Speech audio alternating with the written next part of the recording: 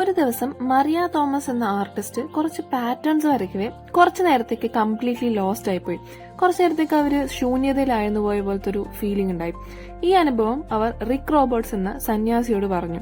അദ്ദേഹമാണ് മറിയ ഒരു ധ്യാനത്തിൽ മുഴുകിപ്പോയതായിട്ട് അവളെ അറിയിച്ചത്. ആ ഒരു നിമിഷമാണ് സെന്റാങ്കിൾ എന്ന മാസ്മരിക വിദ്യ രൂപം കൊണ്ടത്. റിപ്പീറ്റ് ചെയ്യുന്ന ചില സിമ്പിൾ ലൈൻസും പാറ്റേൺസും മാത്രം. ഇതിൽ ഓരോ വരയും ഓരോ നിശ്വാസമാണ്. ഇവിടെ നമുക്കൊരു ഇറേസറുടെ ആവശ്യമില്ല. പെർഫെക്ഷൻ ഒരു വിഷയമേ അല്ല. ഓരോ വരയിലും നിങ്ങളും നിങ്ങളുടെ പേനയും മാത്രം. മനസ്സ് ശാന്തമാക്കാനും നമ്മുടെ ഫോക്കസ് വർദ്ധിക്കാനും ചെയ്യുന്ന ഒരു മെഡിറ്റേഷൻ രീതിയായിട്ട് സെന്റാങ്കിൾ മാറിക്കഴിഞ്ഞു. ഈ സെൻ എന്ന വാക്കിനർത്ഥം മെഡിറ്റേഷൻ എന്നാണ്. ടാങ്കിൾ എന്നാൽ ചുരുള് പോലെ കിടക്കുന്ന ചില പാറ്റേൺസ് എന്നാണ് അർത്ഥം.